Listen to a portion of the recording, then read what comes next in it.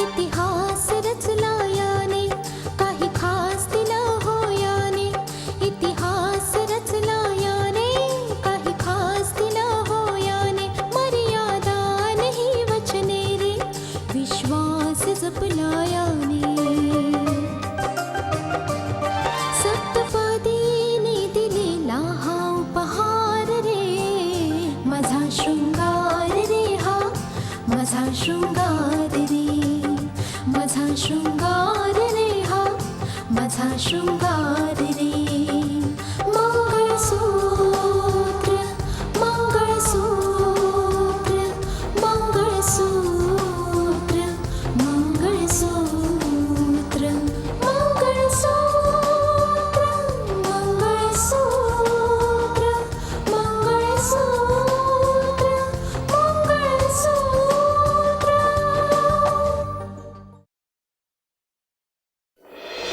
पण ह्यापुढे रोहितला कोणीही बोलता कामा नये.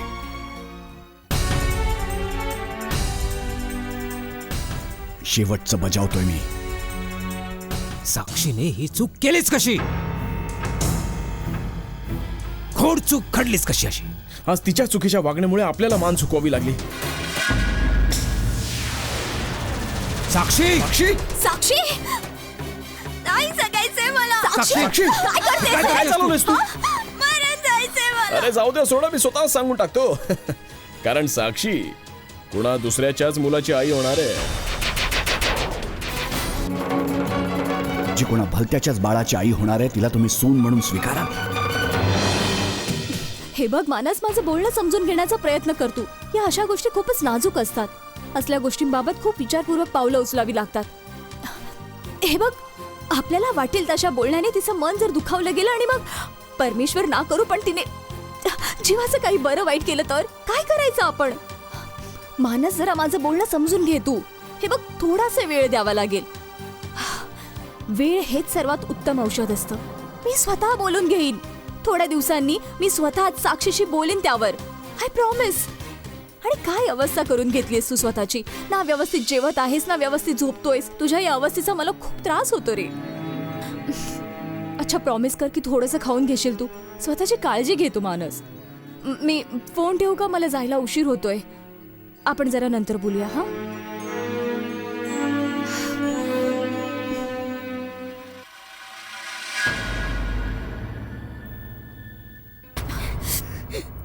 हे काय चालवलंयस तू? काय केलंस हे? इतरांचं सोड, पण कमीत कमी मला तरी सांगायचं होतंस. आपली लाज तरी गेली नसी सर्वांसमोर. रडून काय चूक सुधारणार आहे? मला कल्पना नव्हती वहिनी की मी भावनेच्या भरात एवढी मोठी चूक करून बसेन. खूपच घोड चूक करून बसले मी. अक्षम्य गुन्हा घडलाय माझ्याकडून. असंच होत असतं साक्षी.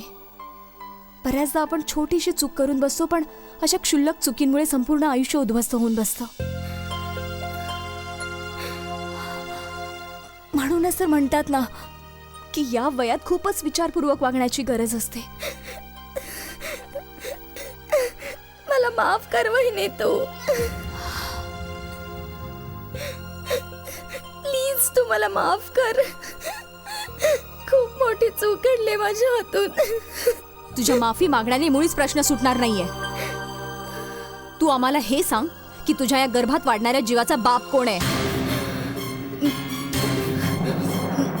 कोण आहे तो माणूस ज्याने तुझी अशी अवस्था करून ठेवली? नाही वहिनी, मी तुला त्याचं नाव नाही सांगू शकणार. नाही सांगू शकणार. हे बघ साक्षी, मी काय सांगते ते नीट ऐक तू.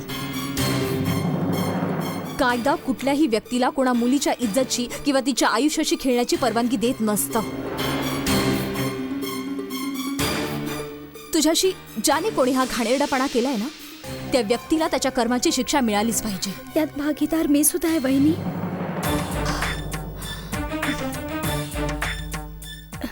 मी स्वतःचा तोल सांभाळायला हवा होता, पण मी माझ्या मनाला नाही आवरू शकले.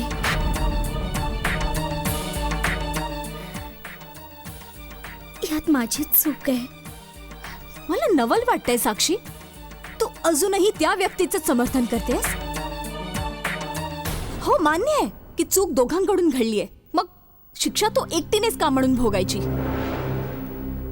प्रेम करतो ना तो तुझ्यावर, तेव्हा स्वीकारेलही तो तुला. तू त्याच्याशी बोलू शकत नशील, मुळीच हरकत नाही. मला सांग, तू मी जाईन तुझ्या वतीने, मी बोलून बघते, मी त्याला कन्व्हिन्स करेन, मग त्याला तुला स्वीकारावंच लागेल. नाही वहिनी, मी तुला त्याचं नाव नाही सांगू शकत. का म्हणून? का नाही सांगू शकत?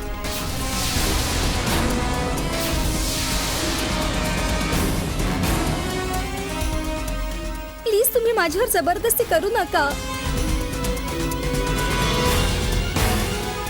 मला पुन्हा त्याचं नाव उच्चारायचं नाहीये. शिवाय तसंही एव्हाना मला एक स्वप्न समजून विसरूनही गेलाय तो. हे बघ, आता हा कोणाच्या स्वप्नांचा किंवा कोणाच्या इच्छांचा प्रश्न राहिलेला नाहीये. हा आपल्या घराच्या इब्रतीचा प्रश्न आहे. तुला त्याचं नाव सांगावंच लागेल. बोल लवकर. साक्षी, समजून घेण्याचा प्रयत्न कर तू. तो ज्याला स्वप्न समजून विसरून गेला असेल ना, ती स्वप्न तुझ्या पोटात वस्तुस्थिती होऊन वाढते.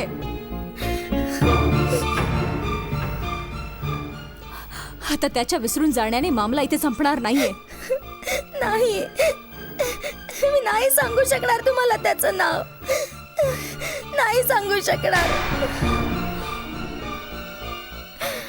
या गोष्टीला आता पूर्णविराम मिळालाय वहिनी. मला याविषयी आता कुठलंच डिस्कशन नाही करायचं. साक्षी,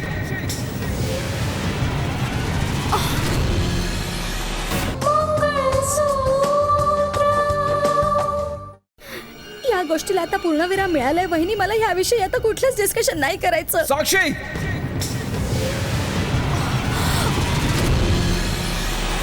नाही मानस, हे बघ, तू चिडू नकोस. मी समजावलंय ना साक्षीला. हे बघ, मी बोलते तिच्याशी, तू जा. पाहू, तू जा ना प्लीज, जा बरं बाहेर. तू नीट समजाव हिला. रितिका, समजाव हिला. या घराचा मान सन्मान, या घराच्या इब्रतीची कुठलीच काळजी नाहीये हिला. स्वतःची मर्यादा तर केव्हाच ओलांडली आहे हिने. या घरची प्रतिष्ठा पूर्ण धुळीच मिळवायची आहे हिला. तुला त्याचं नाव सांगावंच लागेल साक्षी. सांगावंच लागेल. बोल. मानस प्लीज, मी समजावते ना, बोलते साक्षीशी, मी समजावते. प्लीज जा जरा बाहेर, प्लीज. साक्षी, तू समजून घेण्याचा प्रयत्न का म्हणून नाही करत आहेस? एवढी कसली अडचण वाटते तुला?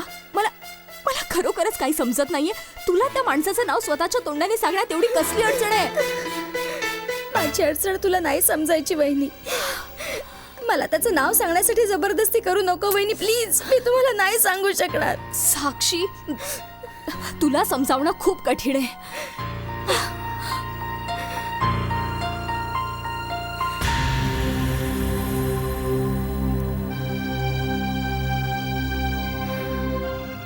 मी तुला कसं सांगू वहिनी, कसं सांगू? जर मी माझं तोंड उघडलं तर दोन घराण्यांमध्ये प्रचंड द्वेष निर्माण होईल. कारण राहुल मला स्वीकारण्यासाठी कधीच तयार नाही व्हायचा. शिवाय माझी इच्छा नाहीये की तुम्हाला त्यांच्यासमोर झुकावं लागेल.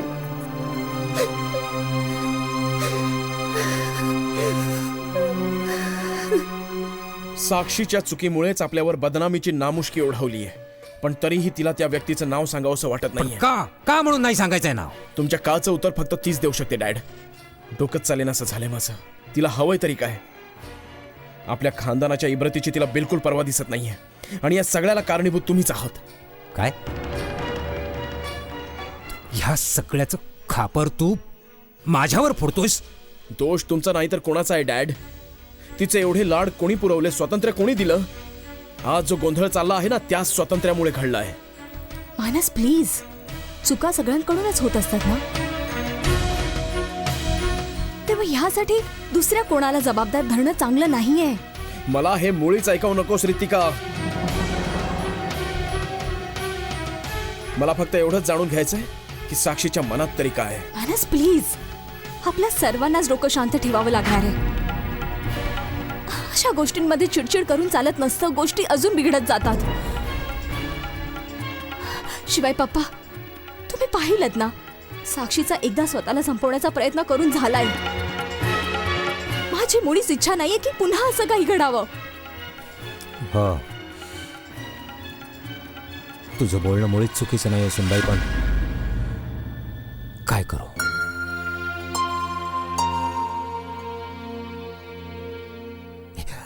ही जी समस्या आपल्या समोर उभी राहिली आहे त्यावर कुठला तरी तोडगा आपल्याला काढावाच लागेल ना.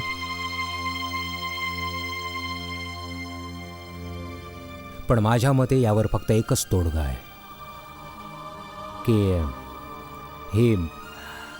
हे साक्षी ज्याच्या बाळाची आई होणार आहे त्याच्याशी हिचं लग्न करून द्यावं. पण डॅड, ट्राय टू अंडरस्टँड. हे सगळं तेव्हाच पॉसिबल आहे जेव्हा साक्षी आपल्याला त्याचं नाव सांगेल.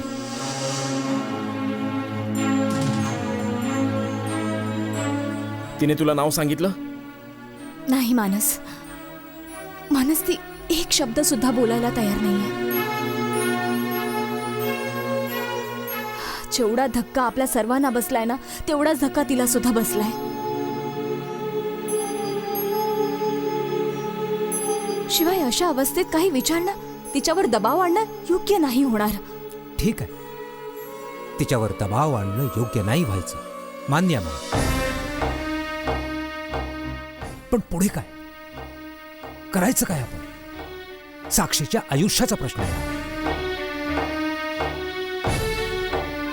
हे आपल्याला लक्षात घ्यावंच लागेल ना. आपल्यालाच सगळं सांभाळायचं आहे. हे बघ सुनबाई, योग्य पद्धतीने तिला तू समजाव. तिला विचार, या बाळाचा बाप कोण आहे. पण का म्हणून तिला नाव नाही सांगायचंय विचार तिला.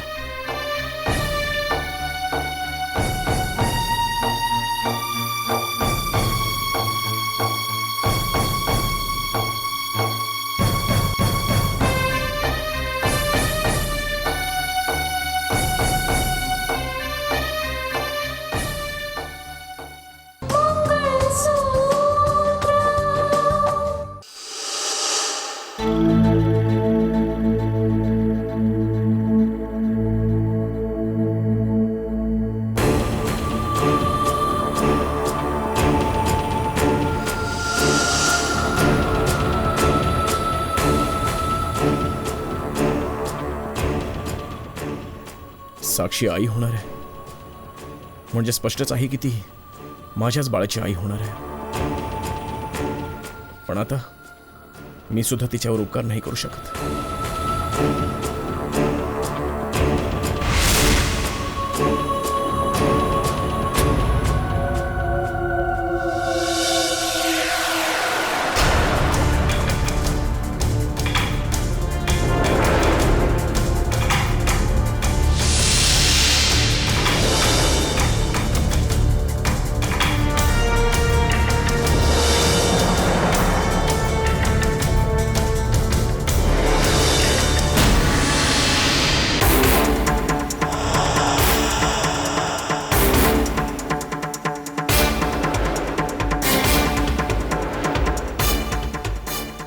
माझा तेव्हा खरं म्हणजे नाईलाजच होतं. दोन्ही घराण्यांचे संबंध बिघडलेलेच होते. पण तू तर तुझा मार्गच बदललास. पण बहुधा तू स्वतःचा मार्ग पूर्वीच बदलला होतास. नाहीतर मग असं का व्हावं की मी तुला वारंवार फोन करीत असायचो पण तू माझ्याशी धड बोलायची सुद्धा नाहीस. एवढ्या कमी वेळा भेटी होऊनही मी तुझ्यावर प्रेम करायला लागलीये. अहो राहुल, माझं तुझ्यावर प्रेम बसलंय.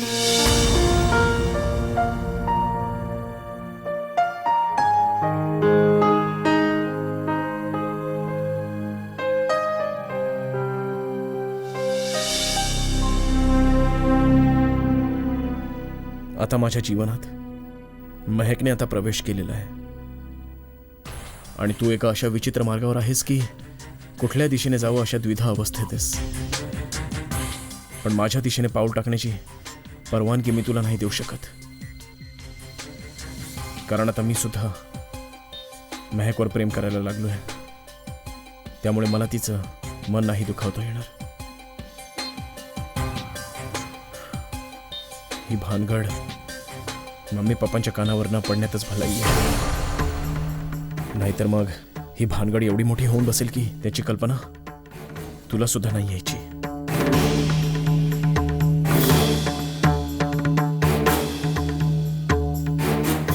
हे बघ निवेदिता, सुंदर भले काही म्हणू दे, मी स्वतः राकेशशी बोललो होतो. तो स्पष्ट म्हणाला की खरोखरच त्याचा गैरसमज झाला होता. त्याच्या फसवणुकीमागे रितिका किंवा मानसचा हात नव्हता. मी तर तुम्हाला आधीपासूनच हे सांगत होते. पण राकेशचा असा गैरसमज झालाच कसा? आपल्याला फोन करून याविषयी सांगणार तर राकेशच होता ना. पण जेव्हा राकेशशी मी याविषयी बोललो तेव्हा त्याच्यापाशी या सगळ्याविषयी कुठलं उत्तरच नव्हतं. परमेश्वरच जाणो खरं काय ते. समजतच नाहीये, पूर्वी राकेश कुणाच्या दबावापायी हे सगळं सांगत होता की मग आत्ता कुणाच्या दबावापायी हे सांगतोय. पण माझा विश्वास पूर्वीपासून रितिकावरच होता. हो, ती अशी नाही वागायची. शिवाय आज सुद्धा ही बाब मान्य करायला माझं मन तयार नाहीये. जर राकेशच्या फसवणुकीमागे रितिका आणि मानसचा हात नाही आहे तर मग त्यात कोणाचा हात असावा? तोच ज्याचं नाव सर्वात आधी पुढे आलं होतं, गुलशन सहाय. हो, या वस्तुस्थितीचा शोध तर आपण घ्यायलाच हवा. आता राकेश बरोबर लॉकअपमध्ये एवढं सगळं बोलता नाही येणार. शिवाय तो आपल्या सगळ्या प्रश्नांची उत्तरं लॉकअपमध्ये देऊच शकणार नाही. आपल्यासाठी हे जाणून घेणंही महत्त्वाचं आहे की एवढे दिवस राकेश होता कुठे, का लपला होता. शिवाय त्याच्या त्या गैरसमजुतीमागे नेमकं कारण काय होतं. माझी तर परमेश्वराकडे हीच प्रार्थना आहे की माझा मुलगा लवकरात लवकर लॉकअपमधून सुटून घरी परत यावा. एकदा का तो घरी परत आला ना, ते सगळ्या प्रश्नांची उत्तरं आपल्याला मिळतील. खरं आहे, बरोबर आहे तुझं. त्यासाठी आपल्याला राकेशच्या सुटकेसाठी प्रयत्न करावे लागतील. आज सुद्धा रितिकाविषयी मी विचार करते तेव्हा हेच मनात येतं की आपण त्या बिचारीशी खूपच अन्यायाने वागलोय.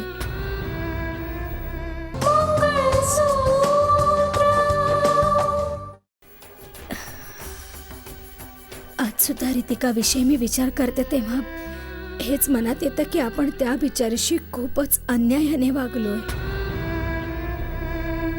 विनाकारण आपण तिच्यावर आरोप लावत गेलो. उलट तीच प्रामाणिक होती. आणि अहो, ती गुन्हेगार असती तर राकेशच्या मृत्यूची बातमी आल्यावरही बिचारीने राकेशला निर्दोष सिद्ध करण्याची प्रतिज्ञा घेतली नसती. आता कोणाच्या बोलण्यावर विश्वास ठेवायचा ही गोष्ट कठीण होऊन बसली आहे. जर रितिकावर विश्वास ठेवायचा म्हटलं तर तिने तर संशय सुंदरवर पण घेतला होता. गुलशन भाई, आता आणखीन गुंतागुंत वाढता कामा नये. शिवाय मी हे एवढ्याचसाठी सांगतोय कारण रितिका तिच्या खेळीमध्ये यशस्वी झाली आहे. आपल्याला तर अटक करू शकली नाही, राहिलं कोण? आता ती जमाल भाईला अटक करण्याच्या विचारात आहे. मुख्य म्हणजे ती पूर्ण जाणून आहे की जमाल माझा आणि तुमचा माणूस आहे. त्याला अटक करून आपल्या विरुद्ध पुरावा म्हणून त्याचा वापर करण्याची तिची इच्छा आहे. काय काय नाही? होय, बिलकुल गुलशन भाई, माझं बोलणं ऐका तुम्ही. जर जमालला अटक झाली तर हा मामला आपल्यासाठी आणखीनच गुंतागुंतीचा आणि बिकट होणार आहे. शिवाय त्याची अटक वाचवण्यासाठी आपल्यापाशी कुठला मार्ग सुद्धा नाहीये. हे बघा, एकीकडे आपण बिपिनला राकेश बनवून जगासमोर आणतोय आणि दुसरीकडे अर्जुनचा मुद्दा अजून आहेच. राकेशला अटक झाल्यापासून अर्जुन सुद्धा खूप वैतागलाय की नकली राकेश कुठून आला. असं होता कामा नाही की अर्जुन रितिकासमोर राकेश बनून हजर व्हावा. मग तर गुलशन भाई, आपला सगळा खेळ संपुष्टात येईल. तो अर्जुन तिथं पोचता कामा नये, काहीतरी करावंच लागल. पोचता कामा नये हे तर मलाही माहिती आहे. शिवाय त्याला नाहीच मी पोहोचू देणार. आपला आहे ना मुच्छड, तो कुंदन, त्याला तिथेच ठेवलंय त्याच्याबरोबर. प्रत्येक क्षणाची बित्तम बातमी मला देत असतो. पण बिपिनचा कबुली जबाब समोर आल्यापासून ना अर्जुन त्या बाबतीत खूप चिंतेत पडलाय. तो कुठवर विचार करतोय किंवा काय पाऊल उचलेल तो हे समजणं खूपच अवघड आहे. आता तुम्ही नका काळजी करू. पुढे जे करायचंय ते मलाच करायचंय. मीच बघतो आता की पुढे काय करायचं या बाबतीत. मी तुम्हाला फोनवरनं याविषयी कळवत राहीनच. हो, ओके.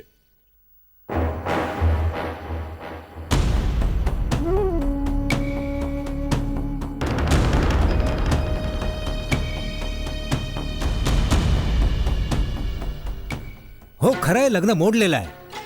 पण ते लग्न का मोडलंय हे तुम्हाला का जाणून घ्यायचं हं? का? हे बघा, यामध्ये राकेशच्या केसशी मुळीच संबंध नाही ना कुठला इतर बाबीशी कुठला संबंध आहे. हो, तुम्ही आधी माझा ऐका ना. हे बघा, हा आमचा घरगुती मामला आहे, यात मुळीच नाक खुपसू नका तुम्ही. मग आम्ही पण मीडियाचेच आहोत. मीडियाचा अर्थ असा नसतो की तुम्ही कोणाच्या घरगुती गोष्टींमध्ये नाक खुपसावं. थँक्यू. अरे तो आदित्य प्रताप सिंगांच्या घराण्याशी नातं जुळणार होतं, ते मीडियाला कळून चुकलंय की ते लग्न मोडलंय. पण डॅडी, ही बाब लपून राहणारही नव्हती. बऱ्याच दिवसांपासून आपल्या परिवाराविषयी सतत छापून येतंय. त्यामुळे मीडियाची नजर कायम आपल्यावर राहणारच. खरं सांगतोयस बेटा, कुठलाही मामला जेव्हा गरम असतो तेव्हा त्याचा छोट्या छोट्या गोष्टींशी सुद्धा संबंध जोडला जात असतो. असंख्य फोन येऊन गेले सकाळपासून, मला कळत नाहीये काय उत्तर द्यावं. पप्पा, तुम्ही उत्तर द्या किंवा नका देऊ, पण ज्या प्रकारे लग्न मोडल्याची बातमी समजलीये तशीच साक्षी आई होण्याविषयीची बाब जर उघड झाली तर तुम्ही कल्पना करू शकता की आपल्या परिवाराची केवढी बदनामी होईल.